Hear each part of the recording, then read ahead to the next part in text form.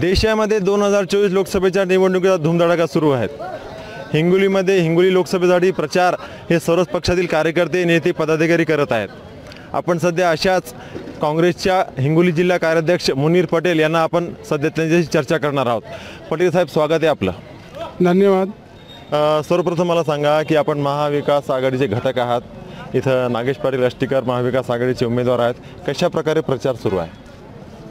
आज इथे नागेश पाटील आष्टीकर या इंडिया आघाडीचे उमेदवारांची इथे सभा होती। प्रचार सर्वच, मग राष्ट्रीय काँग्रेस असो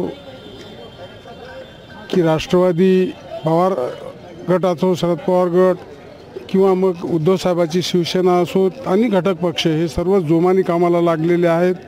महत्त्वाची ही गोष्ट आहे की लोकांनी ही निवडणूक हातात घेतल्यासारखं केलेलं आहे। लोकच ह्या BJP सरकारला, विशेष करून मोदीजींना हे लोक कंटाळलेले आहेत। त्यांच्या जुमलेबाजीला कंटाळलेले आहेत। त्यांनी कोणतीही गोष्ट जी सांगितली या 10 वर्षामध्ये ते पूर्ण केलेली नाही, सगळं फेक केलेली आहे। आणि शेतकऱ्यांचे आज या देशामध्ये, या महाराष्ट्रामध्ये फार मोठ्या प्रमाणात हाल झाले। त्यांच्या मालाला भाव नाही। महागाईच्या बाबतीमध्ये ज्यावेळेस जे गॅस सिलेंडर कमी भावात होते, आज दुपटीनं वाढलेले आहेत।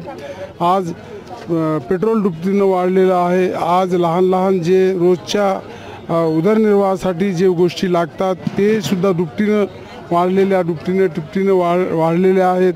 ह्या सगळ्या गोष्टीला लोक कंटाळलेले आहेत। आज मध्यम व्यापारीसुद्धा GST सारख्या जे कर लादल्या गेलेले आहेत, आणि कर लादत असताना अनेक त्यापेक्षाही जास्त गोष्टी या व्यापाऱ्यांना लादल्या गेलेल्या आहेत। म्हणून सर्वसामान्य माणूससुद्धा, आणि विशेष करून जातीमध्ये जे तेढ निर्माण केले, जातीमध्ये भांडणं लावलेत, ह्या अशा सगळ्या गोष्टीला जनता कंटाळलेली आहे।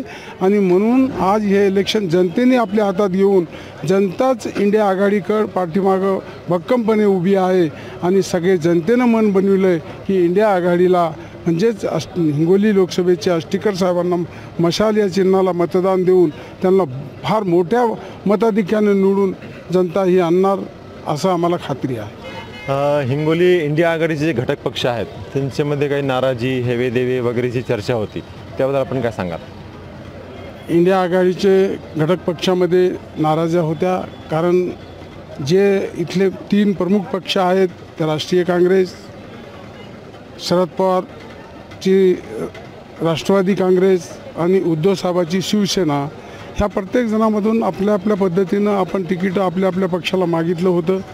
परंतु त्याच्यामध्ये थोडंसं तिकीट न दिल्यामुळे थोड्या बहुत नाराज्या सुरुवातीला होत्या।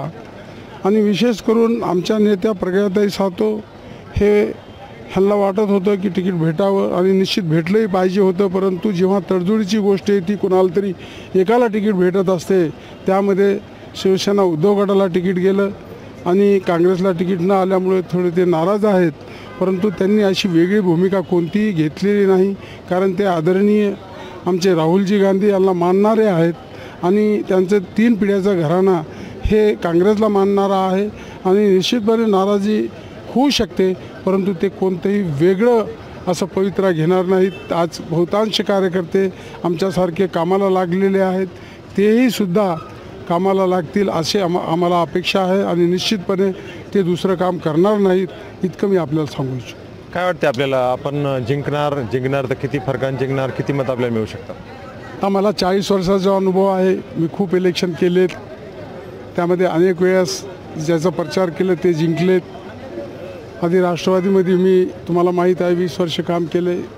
हे सगळे अनुभव जर बघितलं तर यावेळेस इंडिया आघाडीचे जे उमेदवार आहेत, आष्टीकर, हे फक्त आष्टीकर म्हणून नाही तर इंडिया आघाडीचे उमेदवार आहेत, म्हणून निश्चितपणे माझ्या हिशोबाने 3 लाखाच्या वर फरकाने निवडून येतील। तर हे होते काँग्रेसचे कार्याध्यक्ष मुनीर पटेल यांनी हिंगोली महाविकास आघाडीचे उमेदवार हे 3 लाखाच्या फरकाने निवडणूक जिंकणार असा आत्मविश्वास व्यक्त केलेला आहे। कन्हैया खंडेलवाल, प्रहार TV, हिंगोली।